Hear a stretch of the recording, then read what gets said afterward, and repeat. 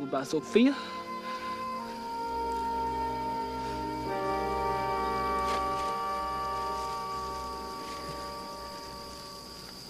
Beat her.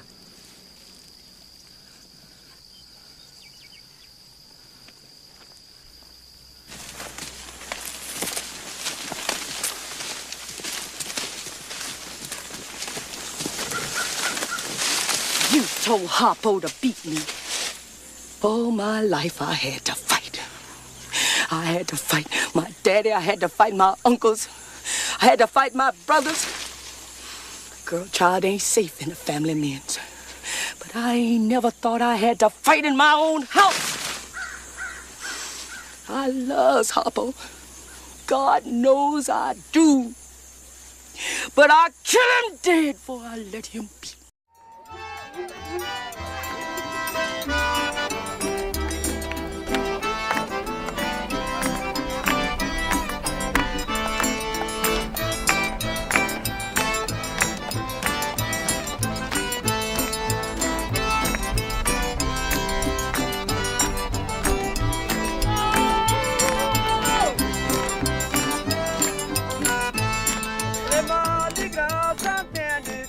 No masters. If you liked school, you'll love work. The cruel, absurd abuses of power, the self-satisfied authority that the teachers and principals lorded over you, the intimidation and ridicule of your classmates don't end at graduation. Those things are all present in the adult world, only more so. If you thought you lacked freedom before, wait until you have to answer to shift leaders, managers, owners, landlords, creditors, tax collectors, city councils, draft boards, law courts, and police. When you get out of school, you may escape the jurisdiction of some authorities, but you enter the control of even more domineering ones. Do you enjoy being controlled by others who don't understand or care about your wants and needs? Do you get anything out of obeying the instructions of employers, the restrictions of landlords, the laws of magistrates, people who have powers over you that you would never have given them willingly? How is it that they get all this power anyway? The answer is hierarchy. Hierarchy is a value system in which your worth is measured by the number of people and things you control, and how dutifully you obey those above you. Weight is exerted downward through the power structure. Everyone is forced to accept and conform to this system by everyone else. You are afraid to disobey those above you, because they can bring to bear against you the power of everyone and everything under them. You are afraid to abdicate your power over those below you, because they might end up above you. In our hierarchical system, we're all so busy trying to protect ourselves from each other that we never have a chance to stop and ask if this is really the best way our society could be organized. If we could think about it, we'd probably agree that it isn't. For we all know happiness comes from control over our own lives, not other people's lives. And as long as we're busy competing for control over others, we're bound to be the victims of control ourselves. It is our hierarchical system that teaches us from childhood to accept the power of any authority figure, regardless of whether it is in our best interest or not. We learn to bow instinctively before anyone who claims to be more important than we are. It is hierarchy that makes homophobia common among poor people in the USA.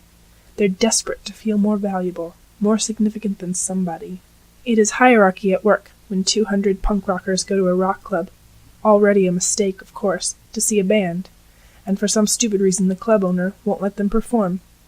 There are 206 people at the club, 205 of whom want the band to play, but they all accept the decision of the club owner because he is older and owns the place, i.e., has more financial power, and thus more legal power. It is hierarchical values that are responsible for racism, classism, sexism, and 1,000 other prejudices that are deeply ingrained in our society. It is hierarchy that makes rich people look at poor people as if they aren't even human, and vice versa. It pits employer against employee, manager against worker, teacher against student, making people struggle against each other rather than work together in mutual aid.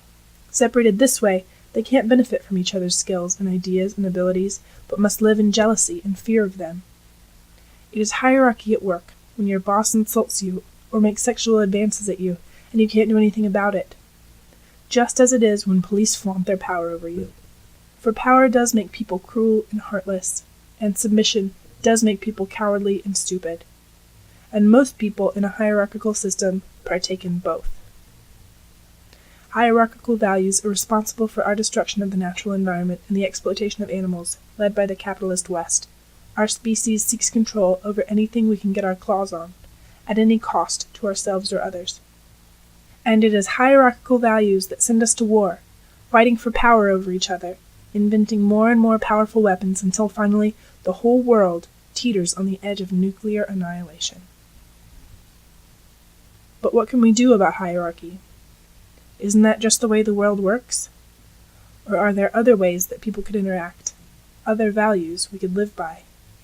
Hierarchy and anarchy. Resurrecting anarchism as a personal approach to life. Stop thinking of anarchism as just another world order, just another social system. From where we all stand, in this very dominated, very controlled world, it is impossible to imagine living without any authorities, without laws or governments. No wonder anarchism isn't usually taken seriously as a large-scale political or social program. No one can imagine what it would really be like, let alone how to achieve it, not even the anarchists themselves. Instead, think of anarchism as an individual orientation to yourself and others, as a personal approach to life. That's not impossible to imagine. Conceived in these terms, what would anarchism be like? It would be a decision to think for yourself rather than following blindly. It would be a rejection of hierarchy, a refusal to accept the God-given authority of any nation, law, or other force as being more significant than your own authority over yourself. It would be an instinctive distrust of those who claim to have some sort of rank or status above the others around them, and an unwillingness to claim such status over others for yourself. Most of all, it would be a refusal to place responsibility for yourself in the hands of others. It would be the demand that each of us not only be able to choose our own destiny, but also do so. According to this definition, there are a great deal more anarchists than it seemed, though most wouldn't refer to themselves as such. For most people, when they think about it, want to have the right to live their own lives, to think and act as they see fit.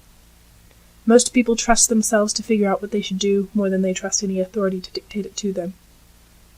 Almost everyone is frustrated when they find themselves pushing against faceless, impersonal power. You don't want to be at the mercy of governments, bureaucracy, police, or other outside forces, do you? Surely you don't let them dictate your entire life. Don't you do what you want to, what you believe in, at least whenever you can get away with it? In our everyday lives, we are all anarchists.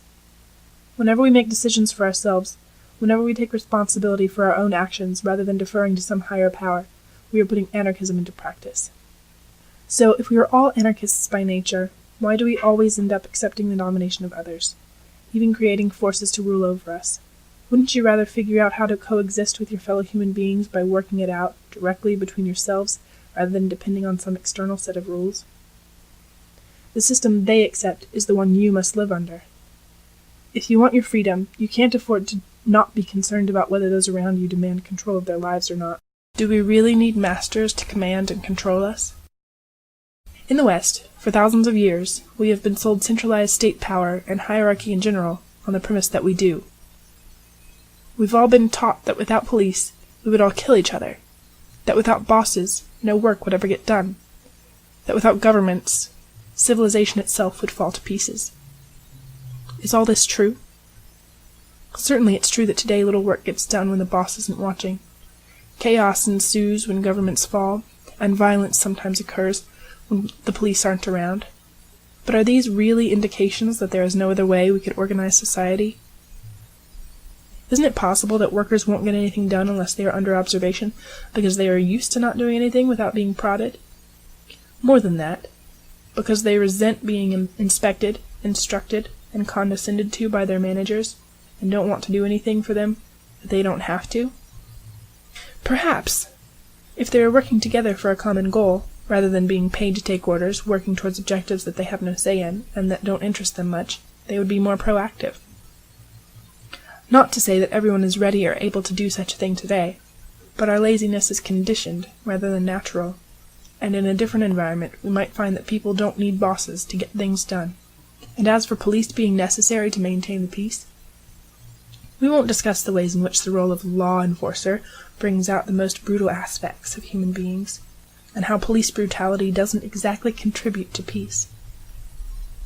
How about the effects on civilians living in a police-protected state? Once the police are no longer a direct manifestation of the desires of the community they serve, and that happens quickly whenever a police force is established, they become a power external to the rest of society and outside authority. They are a force acting coercively on the people of that society. Violence isn't just limited to physical harm. Any relationship that is established by force, such as the one between police and civilians, is a violent relationship. When you are acted upon violently, you learn to act violently back. Isn't it possible, then, that the implicit threat of police on every street corner, of the near omnipresence of uniformed, impersonal representatives of state power, contributes to tension and violence rather than dispelling them? If that doesn't seem likely to you, and you are middle class, and or white, ask a poor black or Hispanic man how the presence of police makes him feel. When the standard forms of human interaction all revolve around hierarchical power, when human intercourse so often comes down to giving and receiving orders, at work, at school, in the family, in the courts, how can we expect to have no violence in our society? People are used to using force against each other in their daily lives, the force of authoritarian power. Of course, using physical force cannot be far behind in such a system. Perhaps, if we were more used to treating each other as equals, to creating relationships based upon equal concern for each other's needs, we wouldn't see so many people resort to physical violence against each other.